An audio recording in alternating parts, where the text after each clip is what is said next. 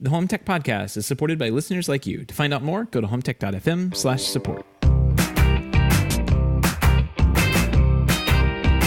This is the Home Tech Podcast for Friday, August 3rd, 2018 from Denver, Colorado. I'm Jason Griffin. From Sarasota, Florida, I'm Seth Johnson. Jason, how are you?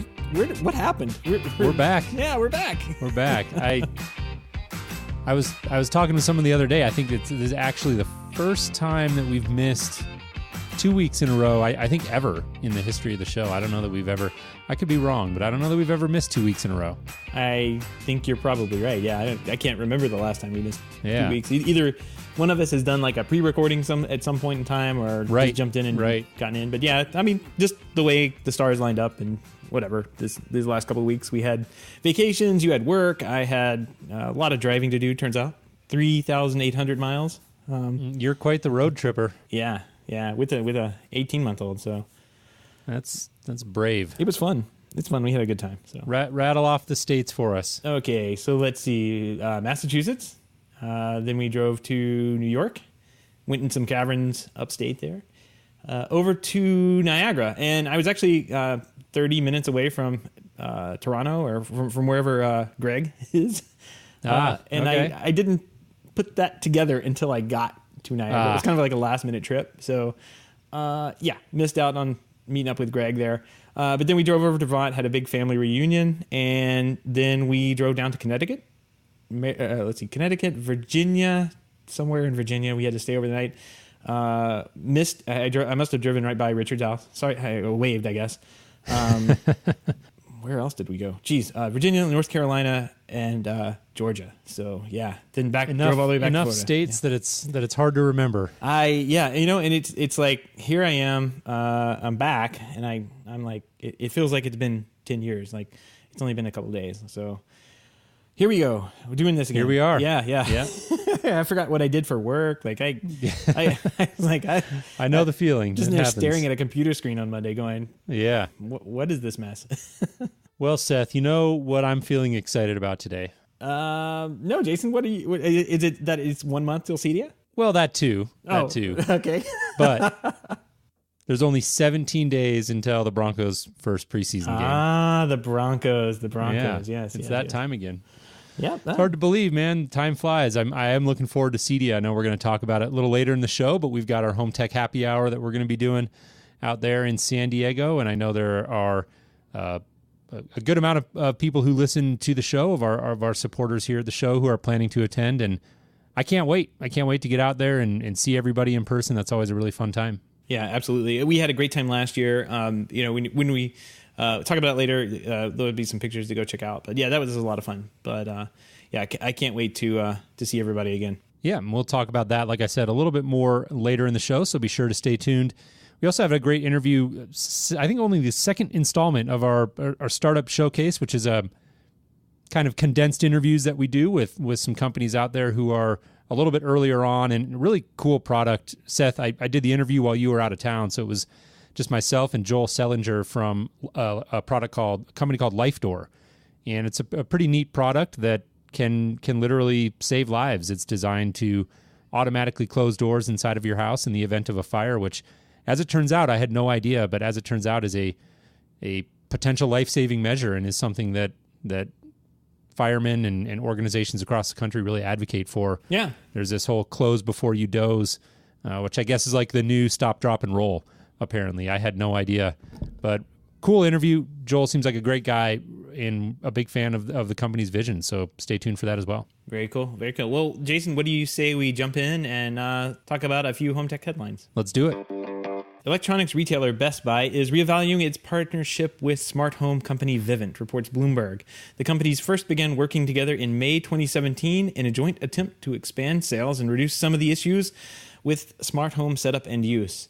Now the retailer is reportedly pulling Vivint's goods from store shelves, as well as its online stores, and removing Vivint employees from the sales floor. Whoops.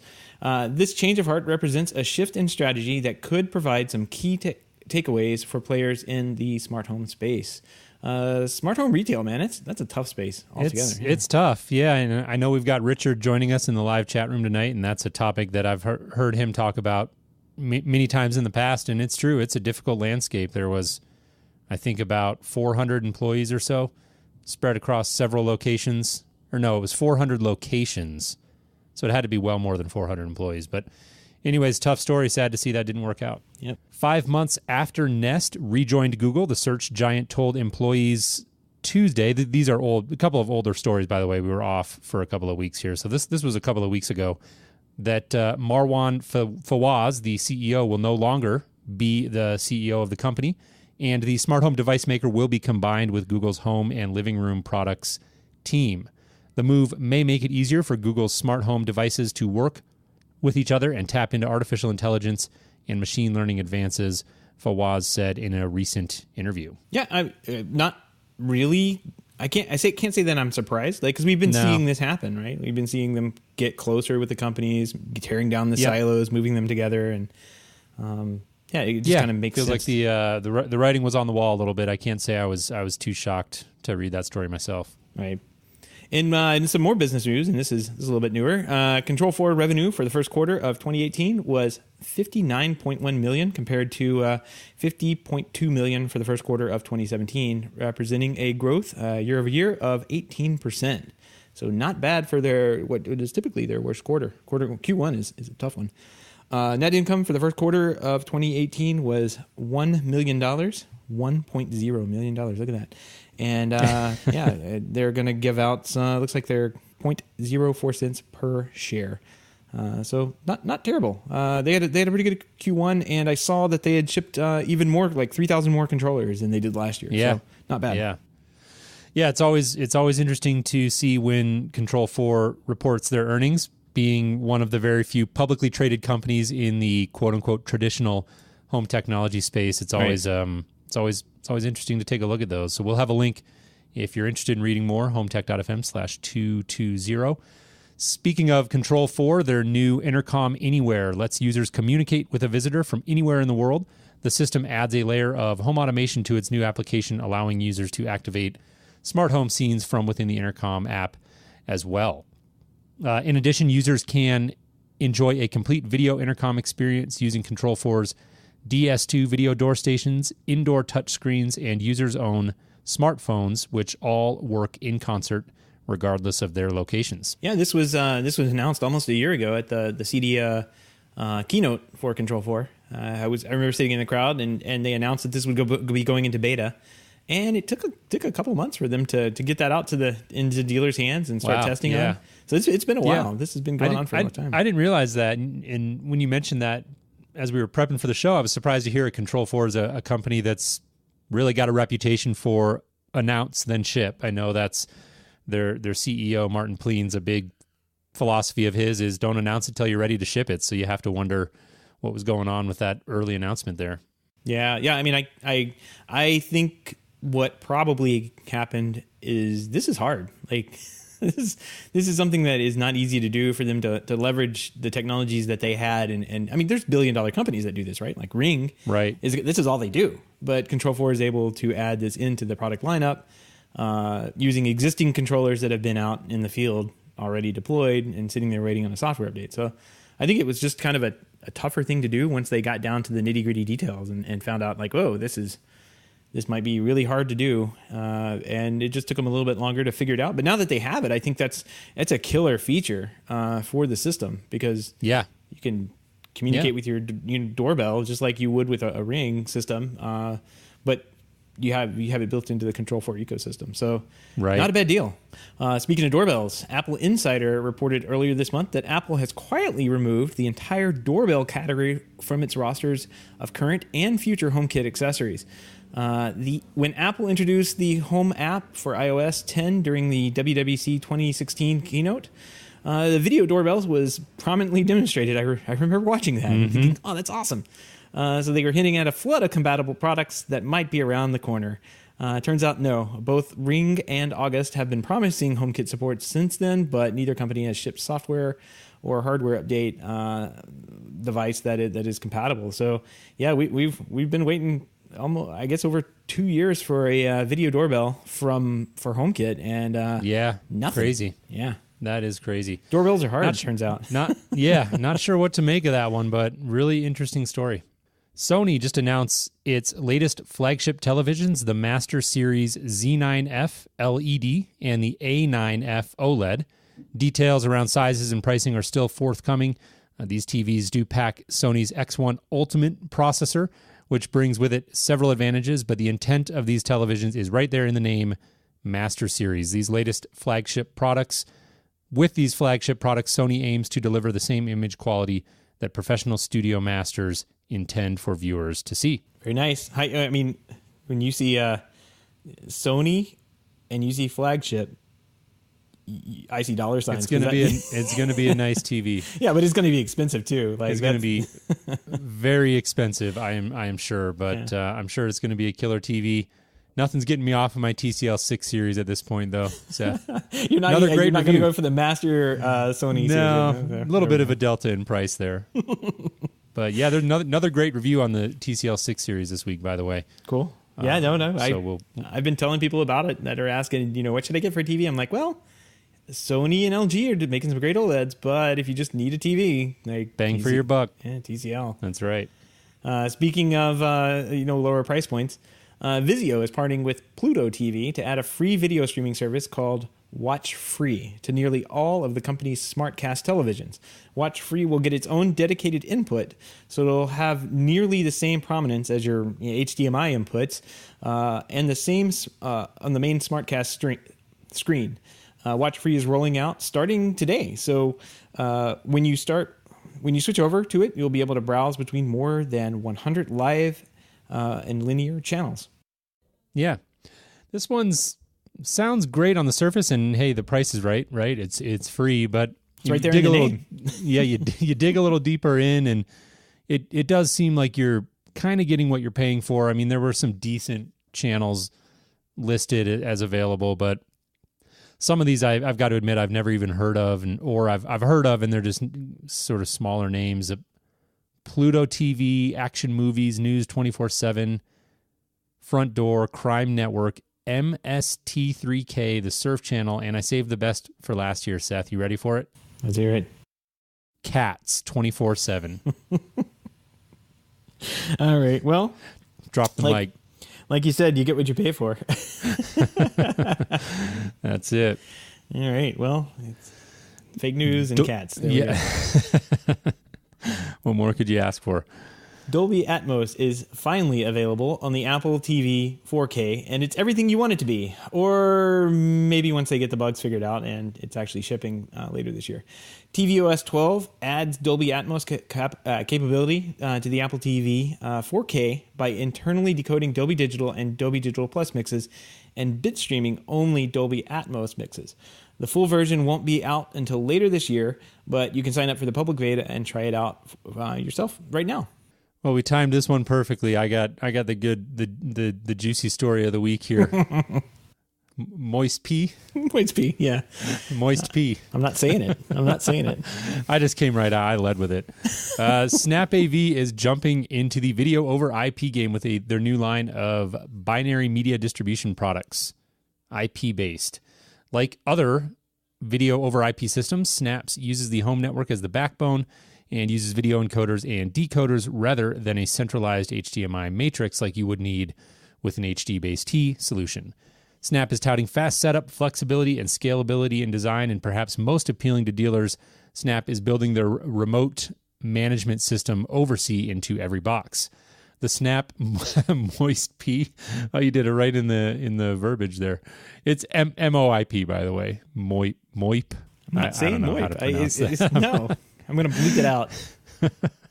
The Snap MOIP system requires transmitters, receivers, and a controller box, but can work with any layer 2 network switch. So pretty neat looking system. In my line of work, you can probably predict I was pretty excited to see the integration of Oversee remote management right into these boxes. I think is pretty cool. Yeah, I got to say, out of all the features that they have there, I mean, nothing's new. I mean, from what they have, even the price points are the same. But what is new is that Oversee is built into every single box, and you can get on your Oversee dashboard and get the status of the product. So I think that's a killer app for it right now, right? Yeah, absolutely. We'll see how it works in the field. I mean, to me, this is this is scary, but because it's video distribution Yeah. and it's like one of your most like vital pieces of the system. When you put a video distribution system in, that is like the heart. There's no getting around it. Be ready. Yeah, the control system can go down in other systems and not cause as much problems as a video distribution system going down. So no, I'm optimistic and hopeful and optimistic on the I'm not saying it, the binary video distribution over IP solution. Come on. Nope, not. If you say that to your customer, you deserve a slap. They should reach out and just slap you. You think it's MOIP or do you think it's MoIP? No, they say it in their videos, and I'm just like, I just cringe every time. Yeah, you kind of cringe a little. Yep. Don't say that. Don't say that. Just it's not good. Samsung SmartThings Hub suffered from 20 vulnerabilities that could have allowed attackers to control the Internet of Things devices connected to it. Thankfully, security intelligence firm Cisco Talos discovered the flaws and worked with the Korean company to resolve the issues through a firmware upgrade. Talos admits in its report that some of the vulnerabilities would have been difficult to exploit, but attackers can combine several at once to launch a significant attack on the device. There you go. Yeah, glad to see security patches. I mean, no software is perfect. No software is perfect. So. No, and you're always hearing about these things, and we've talked about it numerous times on the show. You sort of have to put them through that filter. I did appreciate the line in there that they acknowledged, yes, these would have been difficult to exploit. I mean, you read about how some of these things might be exploited, and it's just like, it's crazy. Somebody would really have to be after you personally, but at the same time, there's got to be this constant vigilance, and it's a cat and mouse game, right, with security. So, and it's more of a trust thing, right? Because you want to have consumers happy, and when they install something, they trust it to at least be secure. And if it's not secure, that it's getting an upgrade to be secured, like Samsung has done with this. So that's responsible. There's junk sitting out on the shelves right now that is not getting updated. That has been installed that's not getting updated, that is causing problems, and that's the bigger issue. That's the hurdle that we face when we talk about putting technologies into people's homes. Right, of course. Italian-based Nice Group acquired Febraro for $73 million earlier this month. Nice is a manufacturer of motorized gates, garage doors, solar shading systems, and parking systems, which also recently acquired Abode, an up-and-coming DIY pro security and sensor company. I remember reading about that one. So it looks like Nice Group is compiling a little bit of a portfolio here, and it's thinking of the possibilities there and the synergies between motorized gates and access control and garage doors and solar. It's pretty intriguing. Yeah. I mean, they've like you said, they've got a portfolio. They're on the move. Very, very interesting. I think they were kind of at CEDIA last year. I hope Nice shows back up at some point, and we'll be able to go talk to him this year. So it should be a good show if they're there. Philips has a new outdoor version of its smart light strip in the works, creatively dubbed the outdoor light strip. Good job, guys. The product appeared in a since-deleted post on the Philips Hue Netherlands website. It was spotted by HomeKit News. The outdoor light strip is a weather-resistant version of the light strip used outdoors, and the outdoor light strip will apparently come in a 2-meter and 5-meter sizes, but there's no word on price yet, at least at the time of the story here. So it was a couple weeks old, but we're just kind of working through the news. Yeah, it looks like a cool product. I mean, a nice way to add some accent lighting to an outdoor space. So pretty neat, and we'll definitely keep an eye out for more on that. Yeah, and they have. I mean, remember a couple months back they announced some outdoor lighting, and I think it's actually shipping in some other countries right now. I think Canada has it, but the U.S. doesn't. Yeah. And I can't remember. I know my question with those things is always with outdoor consumer type products that rely on the network is how's the network going to do? Do they have good radios in them? Like I don't remember how they're handling that. I think they're Z-Wave Zigbee. Z-Wave. I think they're Zigbee. Yeah. So got it. So you've got to have some sort of bridge outside or something, I guess. Yeah. I mean, you're alluding to, it can be very tricky. I've done Control 4 systems that have plenty of lights inside, and then they put a switch outside, and we have block walls here, so it's just almost impossible for the signal to get outside to that light switch in enough capacity sometimes. So I can imagine that they will have to do some kind of repeater or something that's just kind of a general solution for people with bigger yards that have a bunch of Hue lights or Philips lights in them. Yeah. And Richard in the chat room is pointing out, I guess some of those products are now available in the U.S., the floodlights and door sconce. Nice. Well, that's good. That's good. Yeah, still kind of feels like a novelty product. I mean, I can't... A little bit. A couple of times a year I want colored lights on my house, like maybe Halloween and Christmas, and that's about it. But other than that, like, I don't know. This is more like architectural stuff that... that if I had money, I'd probably do a different way, but oh well. It's there and it's available. I have yet to experiment with this myself, but I was at a party a while back with talking to a guy who owns a lighting distribution company, and he's got a couple of young kids at home, and we got to talking about smart home stuff, and he's a lighting guy, so he got into Philips Hue, and then he was telling me that apparently turning your lights to cobalt blue, very particular color, has a very proven calming effect on kids. And he was saying that when his kids are getting crazy, they turn on all the Philips Hue lights to cobalt blue, and he said it's like magic. So really, there's something to try out there if you've got kids. I have yet to run that experiment myself, but I can tell you if it works with my kids when they're getting crazy, I'd be impressed. Mine just like you just turn a bubble guppies, or now well, there's always that. There's a penguin show, a puffin show, Puffin Rock. That is oh my god, dude. Puffin Rock. She is into that. So yeah, check that Netflix. Check that one out. It's Netflix. All right. A couple good ones on Amazon we've discovered recently. By the way, I'll share those with you.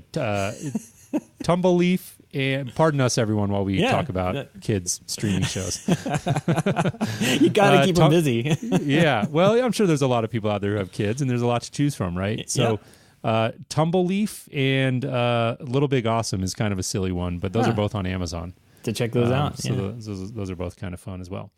All right, well, moving on. Home Tech Happy Hour. We saved some of the biggest news for last year. We're super excited about it. We alluded to it earlier. We had this last year at an Irish restaurant. I'm going to pull up the name because it's escaping me, Seth. The Field. Know it. The Field. That's right, and it's right there near the exposition. I mean, it's literally, I think you walk out maybe 2 blocks across the street, and you're there. And we'll be there on Thursday, September 6th. So Thursday, the week of CDF, from 5:30 p.m. to 7. So we do it early. We know everybody's got those evening plans and big parties like the Control 4 party or whatever else ends up going on that night. So we want to do it early, enjoy happy hour, get together, get some FaceTime, and have some fun. We really enjoyed it last year, and I'm super, super excited about doing it again this year. Yeah, and there's the Field. It will take your money all night, but I mean, there's no reason to stay. I mean, we're going to take off probably at 7, and I think last year I took off like closer to 7:30 or 8, but. There's no reason you can stay there all night because man, that was a great little bar. It's a great venue. If you're looking at the picture on the website at HomeTech.fm/happy hour, there's some windows like north of the sign there. That's pretty much that entire room we had. That was us. Yeah. Like we had filled up the entire area there. It was kind of hard getting around and getting to your drink back on your table as you're moving around and talking to everybody. And there's some pictures that we kind of snapped either throughout the night and early on of everybody sitting around having a good time talking. But man, it's a brilliant venue too. Like having that what is that street there, 5th Street or something? Just kind of like you're sitting there. 5th Ave. You're just right there. You're looking down on the crowd and you're up there having a good time talking to everybody that listens to the show. I mean, it was a great time. I had a great time. So yeah, absolutely. So again, that's HomeTech.fm/happy hour. HomeTech.fm/happy hour if you're interested in learning more. And there's a quick form there. Let us know if you're planning to attend. We really would like to know that. It sort of helps us plan for some of the minor logistical things we've got to figure out, which aren't a whole lot. But if you could take a few seconds and fill that form out, we would definitely appreciate it. And the last thing we want to mention is we are excited to offer sponsorships this year. Last year we had friend of the show Richard Berry from iHummingbird sponsor the happy hour for us, which was very, very generous of Richard, and we really appreciated it. And so this year we're offering the same thing, and we're looking for an exclusive happy hour host. You can learn more about that at the webpage there, as well as happy hour friends. If you want to contribute a smaller amount and just sort of chip in for to help fund the good time and have people get together and enjoy themselves, we have options for that as well. So HomeTech.fm/happy hour. Yep, absolutely. And yeah, please fill out the form. We need to know if you're coming. It's a good idea to get a head count ahead of these things. So last year, I think we had like 30 or more people there. So I think it was a pretty good turnout. So HomeTech.fm/happy hour. Cool. Seth, I think you also had another list of CEDIA parties that you wanted to share. Yeah, so CE Pro put out a list of CEDIA parties. I'll put a link to it in the show notes, but it's actually pretty easy to get to, cepro.com/CEDIA parties. And there's a list of 2018. I need to put HomeTechs on here, right? Like, because, we're having a happy hour. People may want to come by and talk to us and hang out. And with all our, everybody listening to the show is cool. So, why wouldn't they want to come? That will be in our show notes as well. And it looks like the Control 4 dealer party is at 7:00. There's Pro Source reception 6:30 at the Hard Rock. So there's plenty of time to come by the happy hour. After the show closes down, just walk on down the street on the way to wherever else you're going to go. Have a couple drinks on us. That's right. Cool. Well, all of the links and topics that we've discussed on this show can be found at our show notes at HomeTech.fm/220. Again, that's HomeTech.fm/220. While you're there, don't forget to sign up for our weekly newsletter. We'll send you some periodic show reminders and updates as well. So look for the form on the right-hand side. And one last time, that link is HomeTech.fm/220. All right. Well, it looks like let's go ahead and put that interview in here, Jason, with Joel Selinger of LifeDoor. You shared this with me kind of really early on when I think you were kind of working out the details with Joel, and I thought this was a really unique and cool product, and I kind of shared the reason I would have liked to have this in my house when we had the hurricane last year, and we had to evacuate. Right. We got down the street, and my wife was like, hey, we were supposed to shut all the doors in the house. And I said, really? I've never heard of that. And then we looked it up on Google, as you do, right? Of course. Of course. Yeah. And it turns out, we were supposed to close all the doors, like interior doors inside the house. And we ran back home, got back into the house, and closed all the doors, and then took off on our evacuation trip. So I would have loved to have just hit one button and had it done for me, though. Yeah. It sounds like maybe this product could have helped you out. But anyways, let's jump into it. Joel Selinger, co-founder of LifeDoor, and we'll come back right after the interview with a few thoughts. I'm here with Joel Selinger of LifeDoor. Joel, how are you? I'm great. Thank you. Yeah. We appreciate you taking some time to join us on the show. I know that things are pretty busy for you trying to get everything up off the ground for this really cool new product. And I caught some wind of it in the news and thought it sounded really interesting. I'm always a big fan of when I hear about smart home technology that's designed to do things sort of outside of the normal spectrum of what you hear about. And this product is literally one that could save lives. So we're excited to have you on the show. And we're going to jump in, of course, and talk about LifeDoor and what it is and what it does here. But before we dive into that, why don't you give our listeners a little bit of a personal introduction and talk about your background? Yeah, absolutely. So first of all, thanks for the opportunity of being on the show. Like you mentioned, my name is Joel Selinger. I'm a professional firefighter in Northwest Washington State and one of the co-founders of LifeDoor. So my background mostly right out of school was in construction. I had a custom home building company. I did that for about 12 years. Me and my wife decided to start a family, and I noticed the local fire department one day was looking for volunteers. And so I stopped in, got some information. They told me that they're going to put me through EMT school and fire academy and all this great stuff. And I thought, what better way to protect my family now that we have a young one than to get some additional training. So I started volunteering with the department, quickly realized that I wanted a career change. And so about a year later, that department hired some full-time spots, and I got picked up there. I worked there for 3 years and then decided I wanted to go work for a busy city department. So now I've been in the city of Everett, just north of Seattle, for the last 3.5 years. Very cool. And obviously your experience as a firefighter led directly to the concept for LifeDoor. And so talk about what LifeDoor is and how your experience really led you to come up with this idea.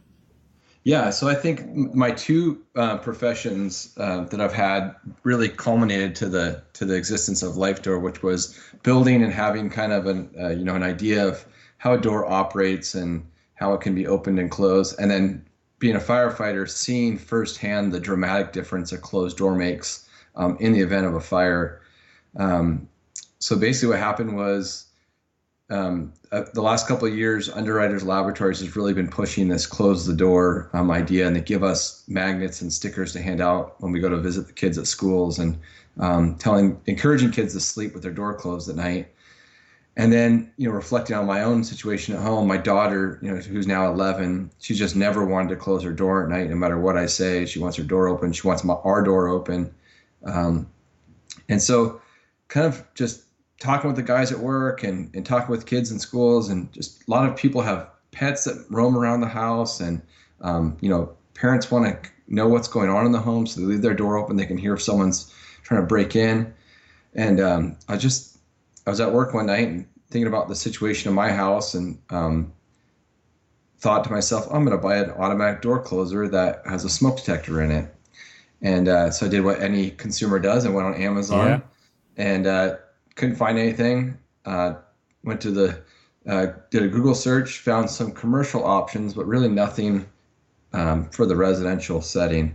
And so talked with a patent lawyer within, I think it was the next day, had him do a search, couldn't find anything. And then talked to my co-founder, Ben Dockstetter, who I'd worked with on a previous project a few years before, but I knew he had a background in manufacturing. And we pretty much got right to work on it. And so what we've come up with now in the last 16 months is a device that mounts to your inside of your bedroom door on the top hinge. And what it does is it has an acoustic sensor in it that listens for the sound of a smoke detector. And when it hears that sound, it automatically shuts the door. It lights up the room. It sounds a secondary alarm. So the same alarm that your smoke alarm makes, it sounds that again, or it can be customized, and then also sends you a notification to your phone using the Z-Wave protocol. Very cool. Now, you mentioned that it listens for your smoke alarm. I would imagine, is there some sort of, I guess, training, quote unquote, process for the unit? Does it have to learn what your particular fire alarm sounds like, or are they all universal enough that it's able to just do that out of the box? Yeah, both actually. So any UL listed smoke alarm has to have that T3 alarm, which is a very specific pitch and volume, and also spacing of the tones. And so our device listens for that, but there is also a learn button. So some homes will have a smoke alarm within 5 feet of the door, some maybe 15 feet. And so it's just essentially a tuner to how sensitive it has to be. Right. Interesting. So let's take one small step back, because you sent a link as we were getting ready to do this interview. And I have to be honest, I had no idea that closing the door, it makes perfect sense once you learn it, right? But I had no idea that closing the door at night or whenever you're in the room could literally save your life in the event of a fire. And so there's this idea of close before you doze, which you told me is kind of like the new stop, drop, and roll, right? That a lot of us remember from when we were kids. And you sent me a link to a story from, I think, your local news, and I believe this was a fire that you responded to. And the pictures are amazing. Talk about that a little bit. Yeah, so that, I'd seen the difference of fire. We go to fires a lot of time in a kitchen or something, and we get in and put the fire out, and there's smoke damage all through the house. And, we walk through and we're kind of checking things out and opening doors. And I've always been amazed the amount of smoke that a closed door can stop and limit the damage in those rooms. But this fire was in particular of importance, and it really it just hammered home the idea that we had to get this product to the market so it can start helping people. So essentially what happened, I'll try to make a long story short, was we had two fires going in the city at one time. The first fire was a car fire in a mechanic shop, and the battalion chief called for a second alarm, which basically means all of the engines and ladder trucks in the city go to this one fire.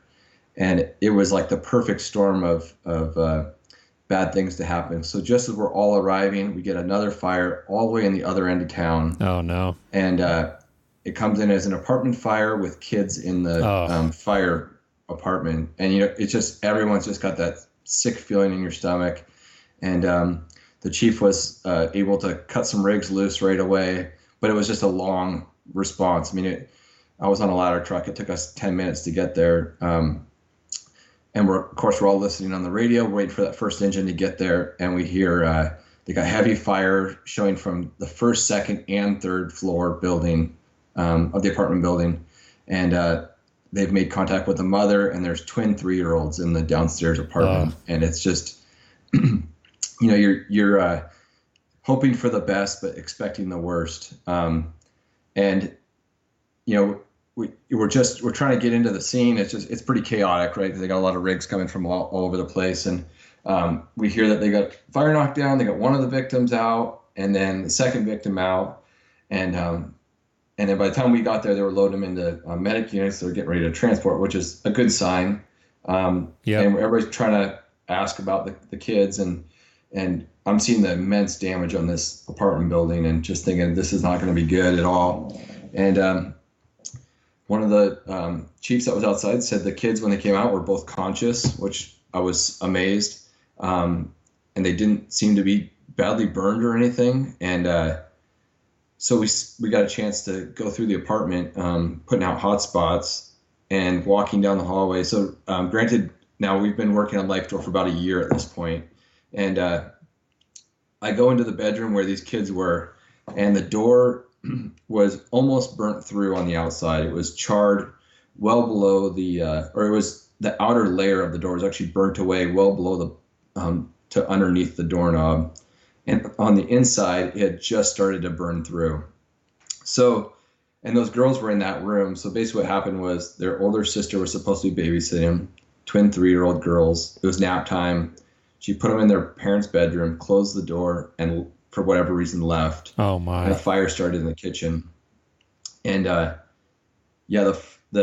door held back the flames we're estimating 12 minutes because it was a neighbor that called. So it burned for a while. The neighbor realized it, and it was 12 minutes from them calling to the first arriving engine getting water to the fire, and so it was immediately obvious that door saved those girls' lives because that room had such little damage. There was I'll never forget this dining room candle on the headboard of the bed that was not even melted. Wow. And in the other bedrooms with the door open, there was plastic toys melted to the carpet. Wow. I mean, that was the difference the door made. And we were just all ecstatic to find out that the girls went to the hospital. They spent one night and they were released the next day. And they got to come to the station like 2 weeks later, and we got to meet them. And they colored a picture, and we got to meet the whole family. So it was a pretty special event when they came around to the station. That is an absolutely amazing story. I just I have a daughter who's 3.5 and a son who's about to turn 2, and just get goosebumps listening to that story. That is incredible. Is it? I think about this, and I know doors are all different. Some of them are real, thick and sturdy, and some of them are cheap and made of thinner materials. Is it generally any door closed is going to help your chances in that event, or are there? I'd have to imagine certain doors are better than others. How does that work? Yeah, so you're totally right. So there's hollow core and there's solid core, and there's kind of variations of both. So that door with the 3-year-olds was probably one of the cheapest doors you can buy. It was very thin, probably 3/16 to 1/4 inch of a layer of plywood, and then cardboard baffles in the middle. And that held fire back for 12 minutes. So Underwriters Laboratories is the one that's really been studying this. They're saying that with a solid core door, you can, it could be up to an hour depending on building construction. There's a lot of variables, but building construction. And so you're looking at, with a closed door, anywhere from 10 minutes to an hour of survivable time. Mm-hmm. Yeah. So really any door you've got, this Life Door device would be a good investment for. That is just amazing. Let's talk a little bit more about the product. what is included in the box as a potential buyer? What am I getting with the Life Door? Is it just the single unit, and what does the pricing look like? Yeah, so we're looking right now. So we're still not at mass production. We're aiming for end of this year. We'll have a product for sale in January. We're going to do single packs and 3-packs. So if you buy a 3-pack, there'll be a discount. We're looking at an MSRP of right around $109 for the connected version. So that's the Z-Wave enabled. And then $89 MSRP for the non-connected. So that will do all the same features except for the connectivity portion. So it'll just shut the door, light up the room, and sound another alarm. Got it. And then what's in the box is pretty straightforward. So it's just the Life Door unit, a short half a page or quarter page of installation instructions, and a screwdriver and a couple screws, and it's really about it. Yeah. And how exactly does it install? Is there, obviously we're just a quote unquote radio show here, and so we don't have a visual, but is there a simple way to explain to a layman how this thing goes in? Yeah, the best way to describe it is it's just like the door stops that mount to a door hinge. So you pull the door hinge, or you close the door, pop the hinge pin out. The hinge pin goes back in through a device that hangs off the side of the Life Door. And then the device goes right up against the hinge and gets 2 screws. So we wanted to make it really easy so anybody could just go to their hardware store or order online and install it themselves. It doesn't require any special tools or cutting or any drilling. It takes simple tools and it can be installed in 2 to 3 minutes. Got it. And are there certain types of door hinges that you need to look for if you're considering this device, or are those pretty universal? They're pretty universal, especially here in the U.S. But the biggest thing right now with our Gen 1 is the hinge pin has to be removable. So there's some, more in the commercial space, like a ball bearing hinge that doesn't have a removable hinge pin. But for the residential setting, it's, we're capturing the 98% of the market that has a removable hinge pin. Got it. Cool. And then you talked about Z-Wave. So it sounds like there's 2 different versions of it, a non-connected and a connected version. Does the Z-Wave version come with like a companion app, or how exactly does one go about getting that connected to receive those notifications? Yeah, so that's still all in the works right now. Right now we're working with an applet in the Samsung SmartThings hub, but we're hoping to have our own Life Door app that will also be accessible. Gotcha. Okay, very cool. Well, Joel, I really appreciate you coming on. I think this is a fantastic idea, and I wish you guys all the best getting this to market, and hope you have tremendous success with it. If any of our listeners wanted to find out more or connect with you or support the initiative, what would be the best way for them to reach out and do that? Yeah, so you can find Life Door on all of the social media channels. Also, our website is lifedoor.io, or feel free to email me at joel@lifedoor.io. Great.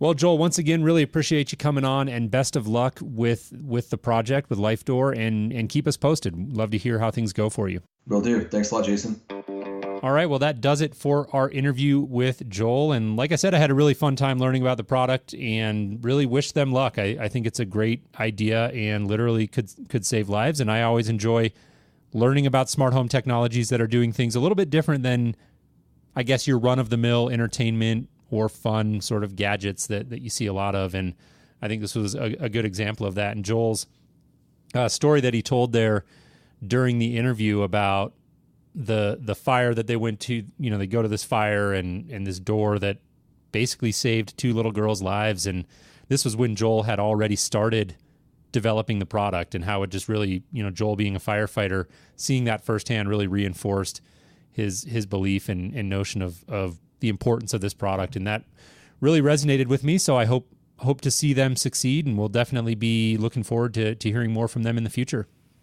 Yep, absolutely.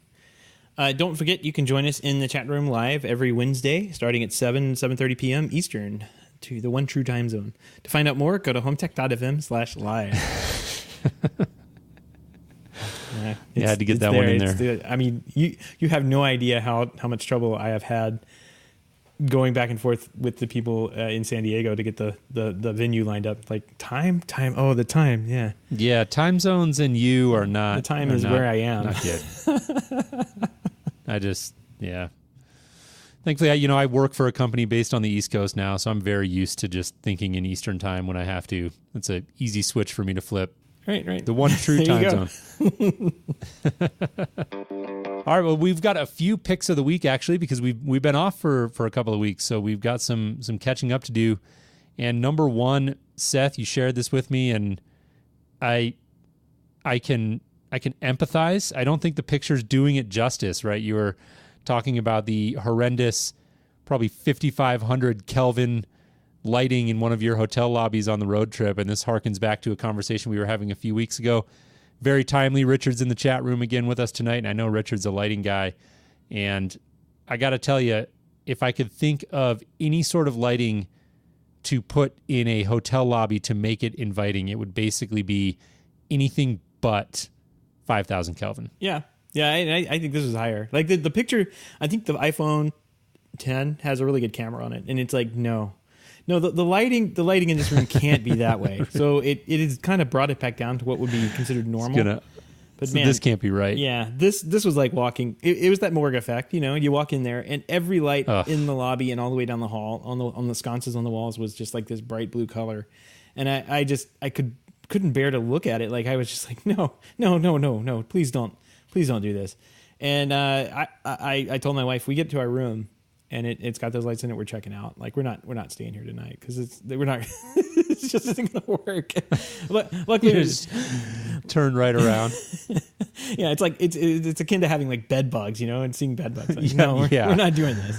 Yeah, so that is funny. So yeah, but luckily we got to the room. Richard, there was only one light that was that color, and I didn't turn it on the entire time. So.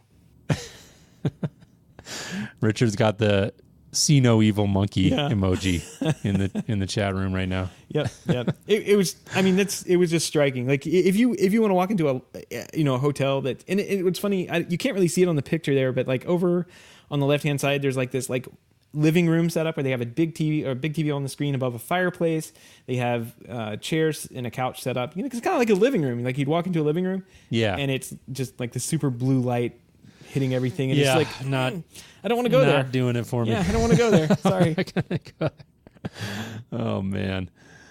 Well, moving on, another really funny one here, actually, and this will resonate if we've got anyone listening in the audience who does maybe digital signage or works in the commercial side. And Alex Sexton, it looks like at Slex Axton, interesting Twitter handle there, posted this one, and it is hilarious. This is a video display menu, breakfast menu. Looks like at some sort of cheap diner or something. It says, well-intentioned employee, quote, if we spend the extra money and get TVs to display the menu, we won't have to print new menus every time we change the prices.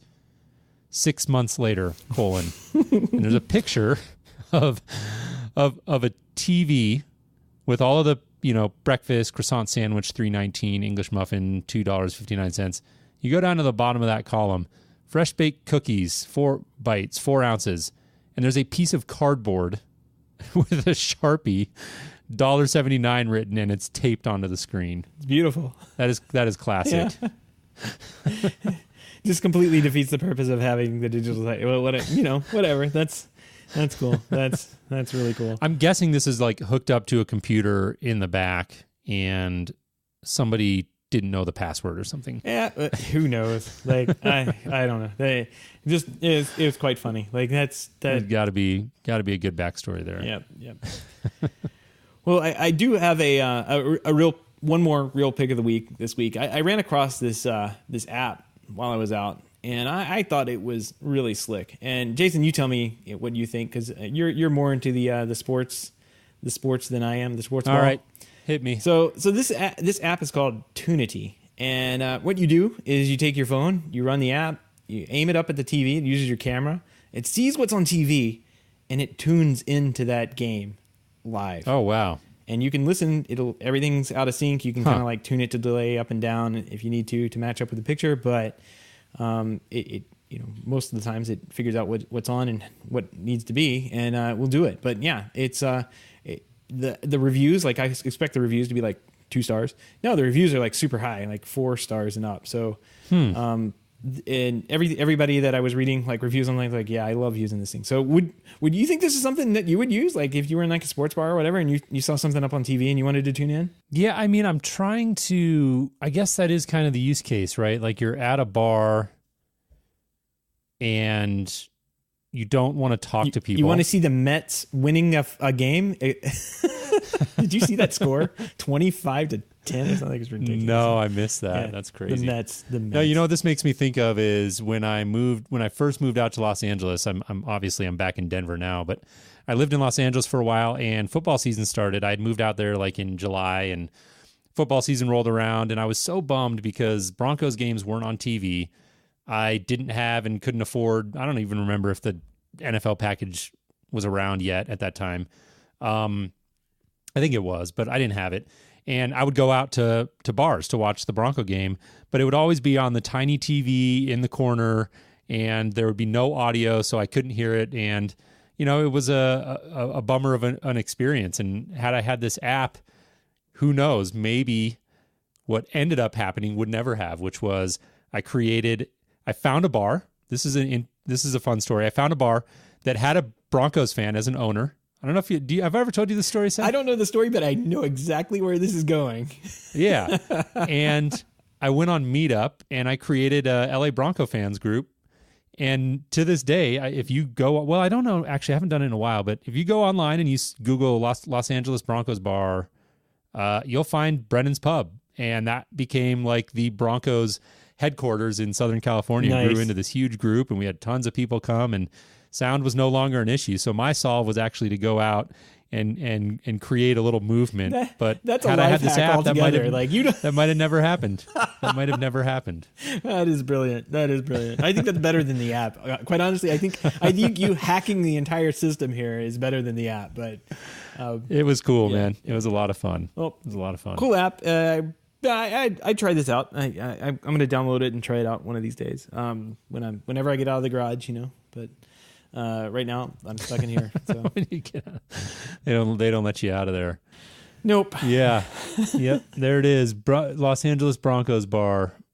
Put a link to that in the show notes. LA Bronco fans. Yeah, it looks like it's kind of getting pushed down. I know it's under new ownership now, and I don't know if it's as much of a. But for years, that was the spot, man.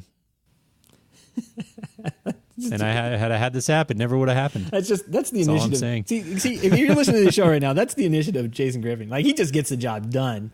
You know what? You got to do what you got to do. Exactly. That's right. Brilliant. All right, guys. Well, nothing in the mailbag this night, but if you have any feedback, questions, comments, picks of the week you'd like to suggest, or great ideas for a show, give us a shout. Our email is feedback@HomeTech.fm, or you can visit the website HomeTech.fm/feedback and fill out the online form. Yep, absolutely. And as we always do, we want to give a big thank you to everybody who supports the show, but especially those of you who are able to financially contribute to our efforts through our Patreon page. If you're not familiar with the Patreon page, head on over to HomeTech.fm/support. Once again, that's HomeTech.fm/support, where you can learn how to support our efforts here for as little as $1 a month.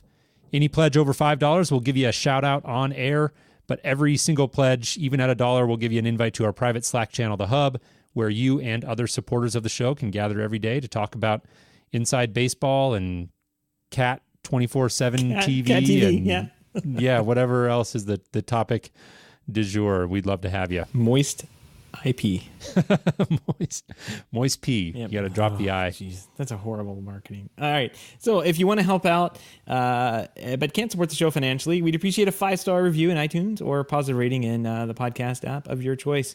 5 stars less, 5 stars, nothing less. That's what we usually say. Right. But just any review would be great. So good to get some feedback. We would absolutely value any of that feedback that you would love, or that you would be so kind as to give us. Yep. But seriously though, 5 stars, like that's 5 really though.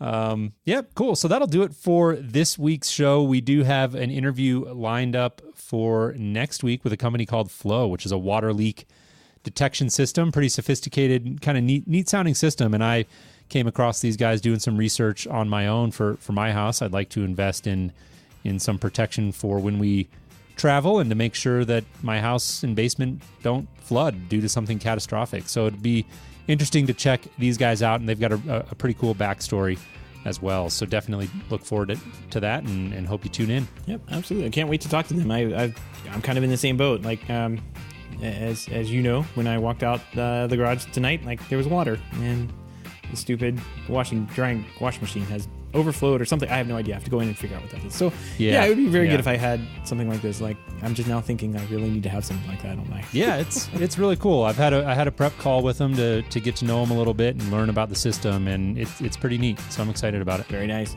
All right, well, I guess that wraps up this week's show. Thanks everybody for tuning in and listening this week, and we'll talk to you next week. All right, thanks, Seth. Take care.